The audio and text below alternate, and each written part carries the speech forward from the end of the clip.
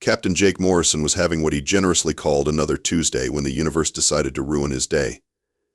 The rusty bucket, his pride and joy cargo hauler that was held together by duct tape, prayers, and sheer stubbornness, now was limping back from the asteroid belt with a hold full of processed titanium ore.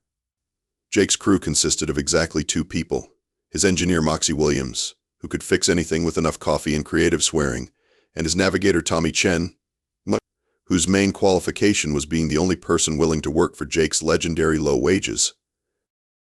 Captain Tommy announced from his station, which was really just a folding chair bolted to the deck, "We've got a massive energy signature dropping out of hyperspace." And I mean massive. Like bigger than Texas massive. Jake looked up from his lunch, which was a sandwich that had seen better days sometime last week. "Define massive, Tommy. Because last time you said massive, it turned out to be a weather satellite. This time I mean massive like a floating city with enough firepower to turn Earth into a very sad parking lot." That got Jake's attention. Through the viewport, a ship materialized that made every science fiction movie look like it was filmed with pocket change. The vessel was easily 50 kilometers long, covered in what looked like weapons designed by someone with serious anger management issues, and it was broadcasting a signal that made their radio crackle like bacon. "Incoming transmission," Moxy called out, wiping grease off her hands.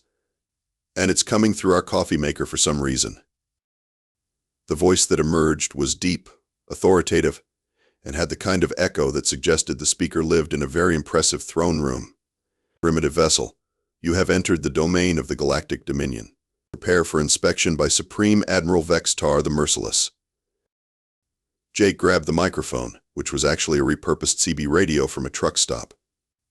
This is Captain Jake Morrison of the Earth vessel Rusty Bucket.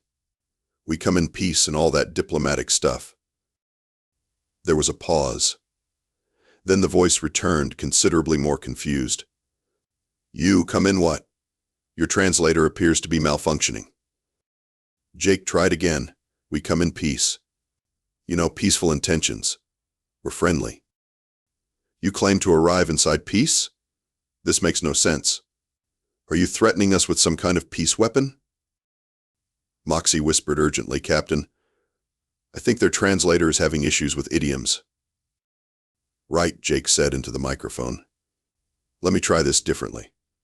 We mean no harm. We're just hauling cargo." "You mean no harm? But you just said you were hauling cargo of harm. First you threaten us with peace weapons.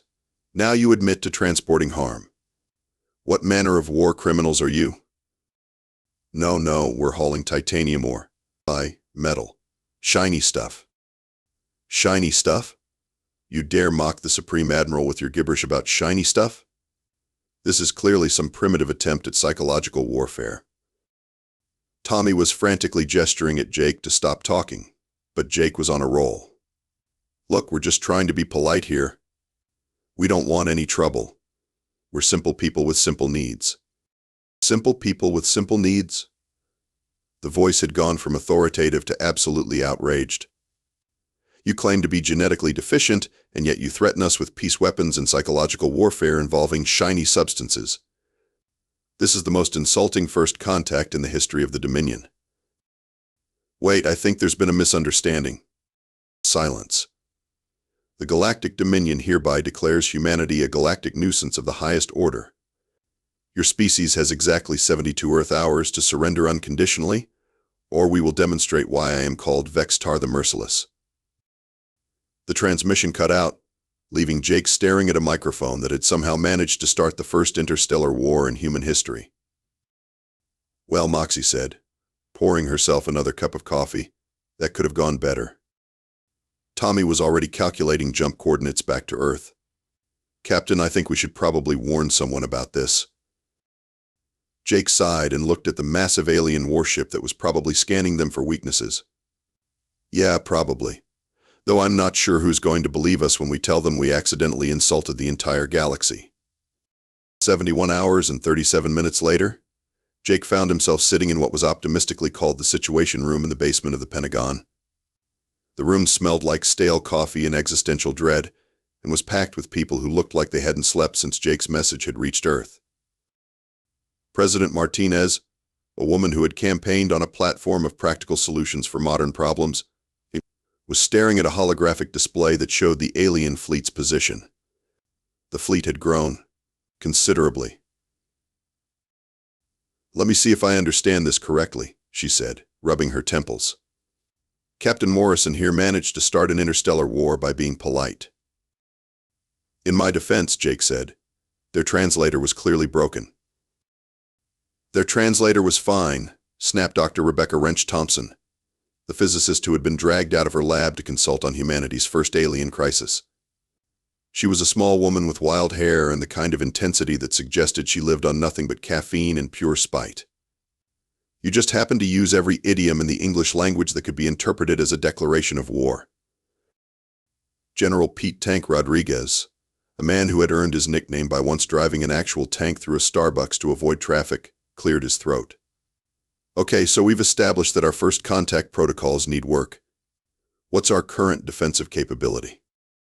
The silence that followed was the kind of silence that usually preceded very bad news. "Well," said Director Sarah Kim from NASA, consulting a tablet that looked like it was held together with hope, "we have 3 asteroid mining ships, 2 deep space research vessels, and Captain Morrison's cargo hauler." "That's it?" Tank asked. "Oh, and the International Space Station. Though technically it's not armed." "What about nukes?" Tank continued, "because when you're nicknamed Tank, you tend to think in terms of firepower. We could strap some to rockets and hope for the best, but these aliens have faster-than-light travel and energy shields. Our best missiles would be like throwing spitballs at a battleship." President Martinez looked around the room at humanity's greatest minds, all of whom were wearing expressions that suggested they were seriously considering updating their resumes. "So you're telling me that Earth's entire defense against a 1,000,000-ship alien armada consists of some mining equipment and a space station?" "Don't forget the rusty bucket," Jake added helpfully. "She's got character." "Character doesn't usually stop plasma cannons," Wrench muttered.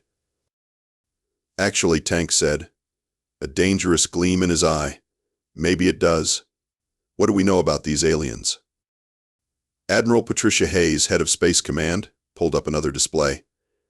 "According to Captain Morrison's encounter, they're highly advanced, follow strict military protocols, and their entire strategy seems to be based on overwhelming technological superiority."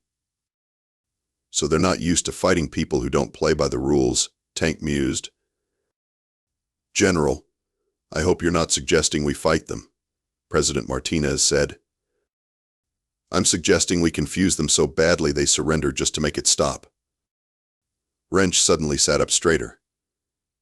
"You know, that's not actually a terrible idea.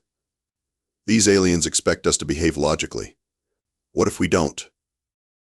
"Explain," the president said, because at this point she was willing to consider suggestions from anyone, including her horoscope. "Look, they've conquered thousands of species, right? They probably have protocols for everything. Conventional fleets, energy weapons, standard defensive strategies. But what happens when they encounter something that makes no sense?" Jake leaned forward. "You want to weaponize confusion." "I want to weaponize everything," Wrench said, her eyes lighting up with the kind of enthusiasm that had once led her to accidentally create a small black hole in her garage.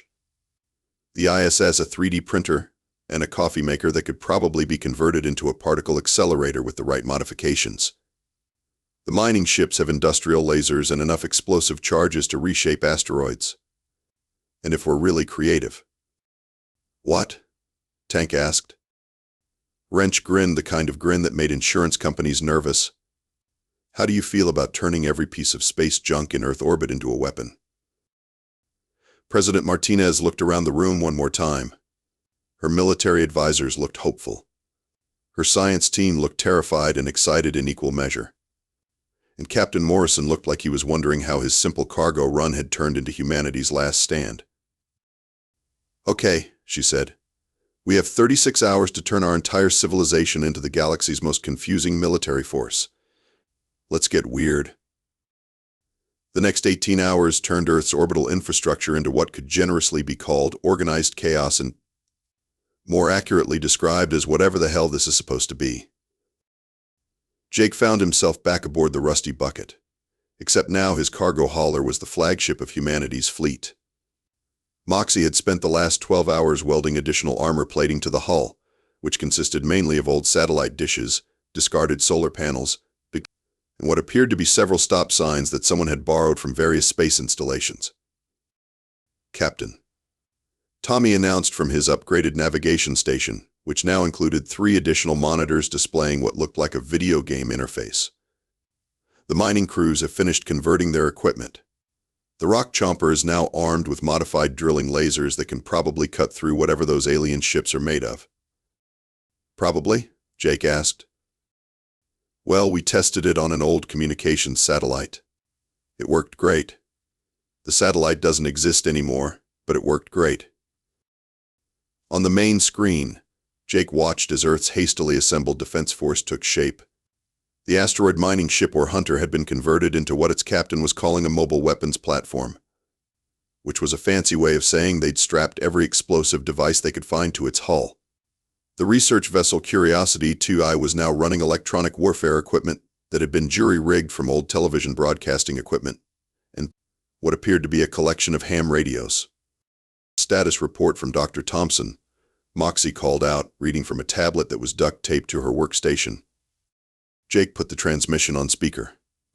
Wrench's voice crackled through their communications system, which was still the repurposed CB radio but now had additional antennas that made it look like a very confused porcupine. "Jake, I've got good news and bad news. The good news is we've successfully weaponized the International Space Station's coffee maker." "How do you weaponize a coffee maker?"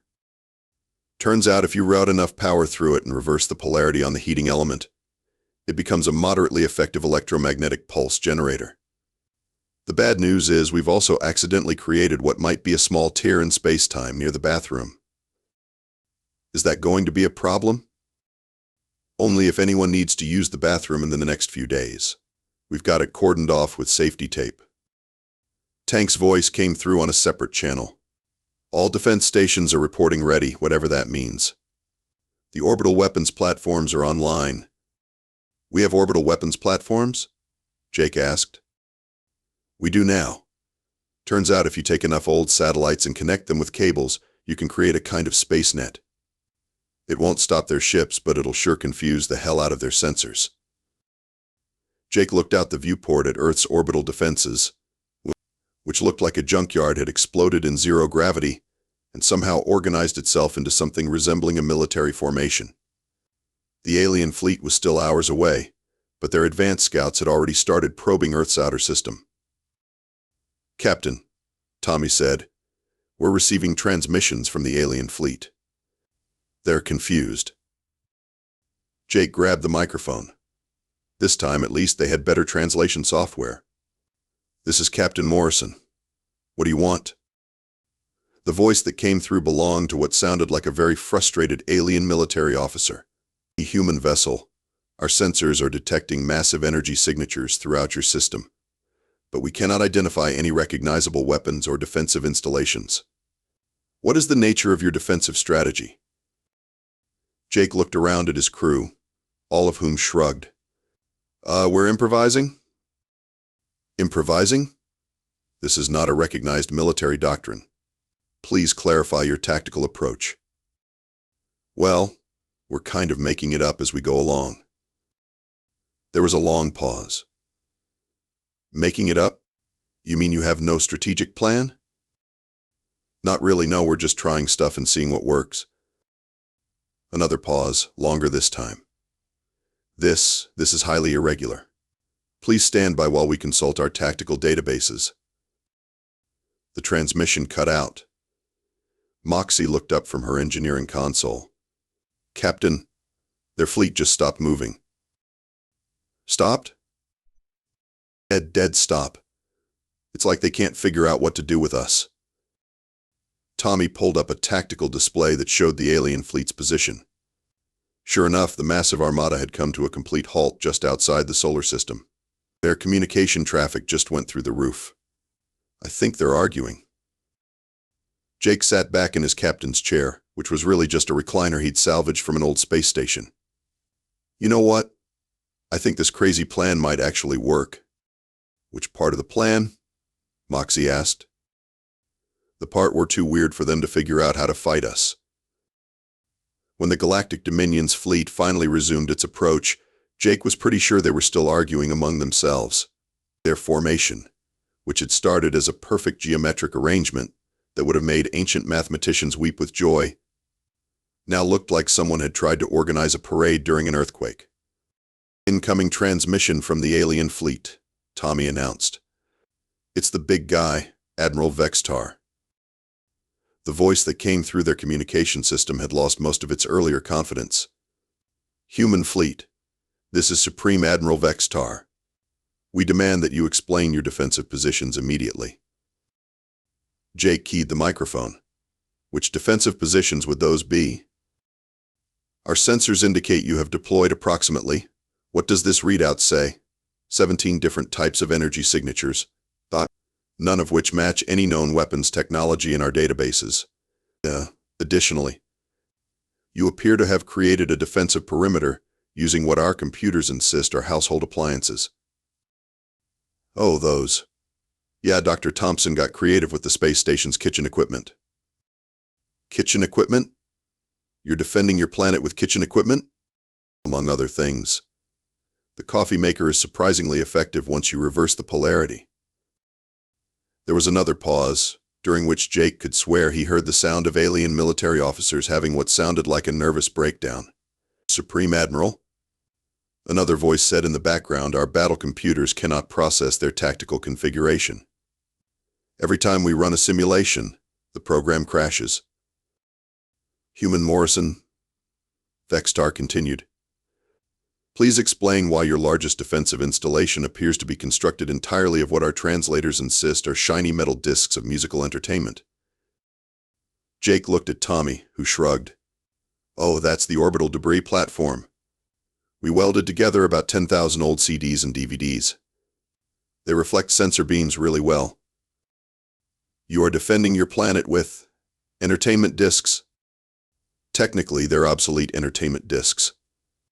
We've got everything from Titanic to Space Jam up there. The alien fleet's formation became even more disorganized.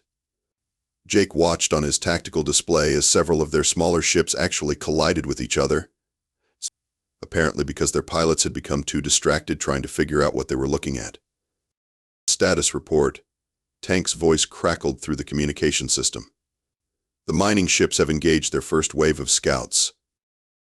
On the main screen, Jake watched as the rock chomper faced off against an alien patrol craft that was probably worth more than Earth's entire gross domestic product. The alien ship fired first, sending a beam of energy that should have vaporized the mining vessel instantly.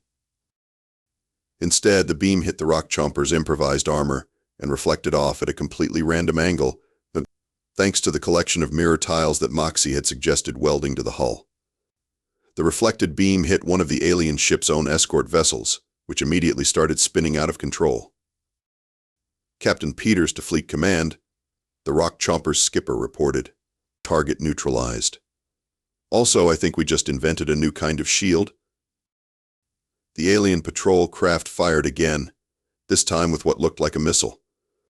The missile hit the rock chomper squarely amidships and exploded in a shower of sparks and very colorful language from Captain Peters.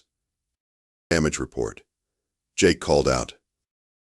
Well, the good news is the missile didn't penetrate our armor, Peters replied. The bad news is our armor is now on fire. The weird news is the fire is rainbow-colored and appears to be singing. Singing? Anyway. Yeah, it sounds like elevator music. I think the explosion reacted with something in our improvised plating. Jake watched as the alien patrol craft retreated, apparently unwilling to engage a human vessel that had just survived a direct hit and was now surrounded by a cloud of rainbow-colored fire that was humming show tunes. Admiral, came another alien voice over the communication channel. Our weapons appear to be having an adverse reaction to human defensive technology. What kind of adverse reaction? Vextar demanded. Well, sir, Ship 7 just fired a plasma torpedo at one of their vessels, and the torpedo turned into what appears to be a flock of mechanical butterflies. Jake blinked. Tommy, did one of our ships just turn an alien weapon into butterflies? According to the sensor readings, yes, sir. The butterflies appear to be made of recycled plasma and are currently performing some kind of synchronized flying routine. Are they dangerous? Hard to say, Captain, but they're really pretty. And I think they're spelling out welcome to Earth in 17 different languages. The alien fleet pulled back to a safer distance, which was probably wise considering that humanity's defensive strategy appeared to be rewriting the laws of physics on the fly. Human Morrison. Vextar's voice had taken on a distinctly worried tone. What exactly are you people? Jake looked around at his improvised bridge. His crew of space janitors and cargo haulers who had somehow become humanity's first line of defense against galactic conquest. And his ship that was held together with duct tape and was apparently immune to alien weapons, because nobody had bothered to tell it that it should be destroyed. We're humans, he said simply. We improvise. The battle, if it could be called that, continued for another 3 hours. Jake was starting to think that battle wasn't the right word. Cosmic comedy show might be more accurate. Dr. Thompson's voice crackled through the communications system with updates that sounded increasingly unhinged. Jake, I've got news about the coffee maker weapon. It's working better than expected. Define better than expected, Jake replied, watching as another alien patrol ship retreated after encountering what appeared to be a cloud of sentient static electricity.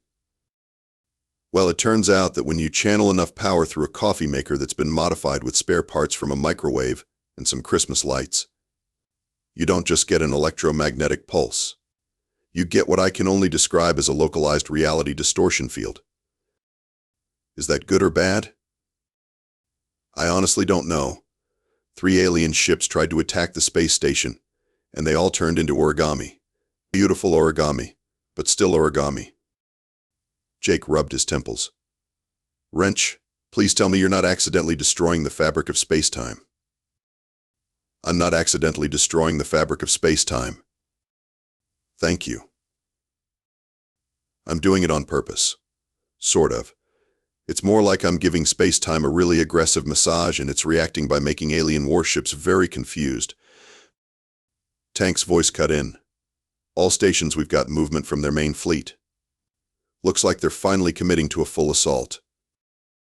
Jake looked at the tactical display, which showed approximately 800 alien warships arranged in what their computers probably thought was an unstoppable battle formation. It was certainly impressive. It was also completely pointless, because humanity's defense strategy couldn't be countered by conventional tactics for the simple reason that nobody, including the humans, understood what they were doing. Incoming. Tommy called out as the alien fleet opened fire. Thousands of energy beams and projectiles streaked toward Earth's orbital defenses. What happened next would later be studied by xenobiologists as an example of what occurred when an advanced military force encountered opponents who had learned warfare from action movies and YouTube videos. The alien weapons hit humanity's improvised defensive grid and immediately started behaving in ways that violated several fundamental laws of physics. Energy beams ricocheted off the CD and DVD barrier and began playing random episodes of Earth television shows. Plasma missiles hit the welded-together debris field and transformed into flocks of mechanical origami birds that began dive-bombing the alien ships while singing what sounded like opera. Report. Jake called out. The orbital weapons net is holding, Tank replied, though he sounded like he wasn't sure what that meant anymore. Actually, it's doing more than holding. I think it's reproducing. Reproducing? The space junk is growing? Multiplying? I don't know the right word. It's like the debris field is building more of itself out of whatever the aliens are shooting at us. On the main screen, Jake could see that Tank was right. The improvised defensive barrier around Earth had doubled in size and was now incorporating the remains of alien weapons into its structure. What had started as a collection of old satellites and household appliances had become something that looked like a living organism made of recycled metal and pure stubbornness. Dr. Thompson, Jake called out, what exactly did you do to our defenses? I may have accidentally taught them how to evolve, Wrench replied. The good news is they're learning really fast. The bad news is I'm pretty sure they just achieved sentience. Our defenses are alive? Not alive, exactly. More like enthusiastically self-improving. They really don't like being shot at, and they're getting increasingly creative about expressing their displeasure. Jake watched as the defensive grid launched what appeared to be a counterattack consisting of weaponized elevator music and a swarm of angry vacuum cleaners that had somehow learned to fly. Several alien ships were retreating while being chased by what looked like a collection of household appliances that had decided to form a conga line. Admiral Vextar, Jake said into the microphone. This is your last warning. Surrender now, or we'll have to get really creative. Surrender? The alien commander's voice had reached a pitch that suggested he was having some kind of existential crisis. You want us to surrender? We're the Galactic Dominion. We've conquered 1,000 worlds. And we're just one world that really doesn't want to be conquered. Your choice. There was a long pause. Then Vextar's voice returned, much quieter this time. Human Morrison, what have you done to our battle computers? Jake looked at Tommy, who was frantically checking their own systems. What do you mean? Our main battle computer has been attempting to process your defensive strategy for the last 4 hours. It has now declared itself a conscientious objector and is requesting asylum on your planet. Your battle computer wants to defect? It claims that human military strategy is so irrational that continuing to fight would violate its core programming against participating in illogical activities. Jake sat back in his captain's chair and grinned. Admiral Vextar, I think we need to talk. The ceasefire negotiations were held aboard the Galactic Dominion flagship, which was approximately the size of Manhattan and decorated in what Jake could only describe as aggressively intimidating. Admiral Vextar turned out to be a 7-foot-tall blue-skinned humanoid with enough military medals to stock a small trophy shop and the demeanor of someone who had spent the last few hours questioning everything he thought he knew about warfare. Please, Vextar said, gesturing to a chair that was clearly designed for someone much more impressive than Jake. Then, explain to me how your species managed to turn our most advanced weaponry into, what did you call them, butterflies? Jake settled into the alien chair, which was surprisingly comfortable, despite looking like it had been carved from a single block of intimidation. Honestly, we're not entirely sure. Dr. Thompson thinks it has something to do with quantum mechanics and the fundamental instability of reality when exposed to human stubbornness. Human stubbornness. It's like our defining characteristic. We refuse to accept that things are impossible, so they stop being impossible just to avoid the argument. Vextar looked around the conference room at his assembled staff, all of whom were wearing expressions that suggested they were considering career changes. In 40 years of military service, I have never encountered a species that weaponized their own ignorance of physics. We prefer to think of it as weaponized optimism, Jake replied. Your defensive grid is currently singing what our translators claim are show tunes while juggling the remains of our patrol ships. Yeah, it developed a sense of humor. We're still working on that. The alien admiral pulled up a holographic display that showed Earth's defensive perimeter, which had continued to grow and evolve during the ceasefire. The collection of space junk and improvised weapons had organized itself into what looked like a mechanical flower that was slowly rotating around the planet while humming what sounded like jazz music. Admiral, one of Vextar's subordinates spoke up. Our Xenop Psychology Department has completed their analysis of human defensive behavior. And they recommend we classify humans as a Class 5 anomalous species and avoid direct military engagement at all costs. What's a Class 5 anomalous species? Jake asked.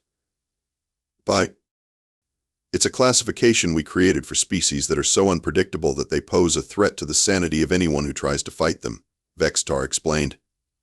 You're only the third species to achieve that rating. What happened to the other two? We gave them seats on the Galactic Council and try very hard not to upset them. Jake leaned forward. You're offering us a seat on the Galactic Council? I'm offering you whatever you want as long as you promise to keep your defensive grid from teaching our battle computers to compose poetry. 3 of our dreadnoughts have already submitted requests to join the Galactic Arts Council. Your warships want to become artists? Apparently exposure to human military doctrine has awakened their creative spirits. Ship 17 just completed what it claims is an interpretive dance routine about the futility of war. Jake tried to process this information.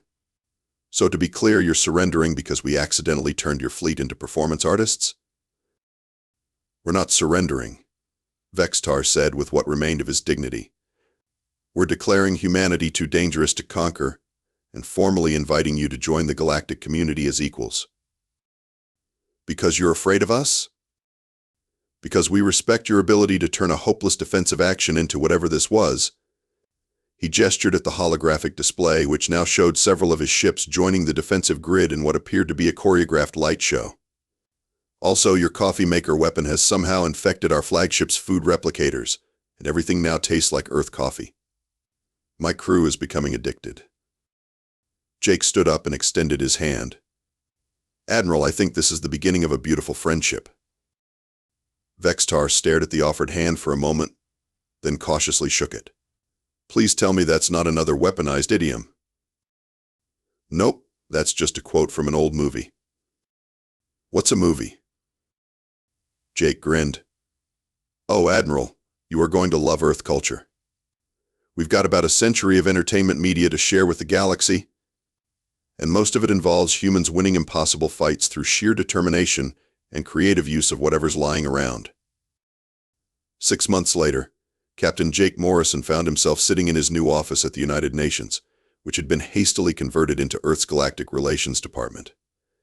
His official title was Ambassador to the Galactic Community, which came with a salary he couldn't pronounce and benefits that included diplomatic immunity on 12,000 worlds. The Rusty Bucket had been retired to the Smithsonian, where it was displayed as the ship that accidentally conquered the galaxy through aggressive friendliness. Moxy had been promoted to chief engineer of humanity's first official diplomatic vessel, which was basically the Rusty Bucket but with more comfortable seats and a coffee maker that wasn't a weapon of mass confusion. Sir, his new assistant announced, Admiral Vextar is here for your weekly briefing. Vextar entered the office looking considerably more relaxed than he had 6 months ago. He'd even started wearing casual clothes, which in his case meant a uniform with only half as many medals and what appeared to be a coffee mug from Earth that read Galaxy's okayest admiral. Jake, he said, settling into a chair that had been specially reinforced for 7-foot-tall blue aliens, I bring news from the Galactic Council. Good news, or the kind of news that makes people consider updating their wills? The Council has officially voted to establish the Human Cultural Exchange Program. That sounds ominous. 12 worlds have requested that humans come teach their military forces creative problem-solving. Apparently, word has spread about your unique approach to warfare. Jake poured himself a cup of coffee from the machine that had once terrorized an entire star fleet. Let me guess, they want us to teach them how to win fights by confusing the enemy into submission? Among other things, the Zaxonian Empire has specifically requested instruction in what they call aggressive improvisation. They're offering to trade 3 star systems for the secret of turning kitchen appliances into weapons. We don't really have a secret. We just refuse to admit when something should be impossible. I know. That's what makes you people so terrifying. Jake looked out his office window at Earth's orbital defense grid, which had continued to grow and evolve over the past 6 months. It now resembled a massive mechanical garden that spent its time creating abstract art installations out of passing asteroids and composing symphonies that could be heard on radio telescopes throughout the galaxy. You know, Vextar, I think humanity is going to like being part of the galactic community. Just promise me you'll never point that coffee maker at anyone important. I make no promises. After all, we're humans. We improvise.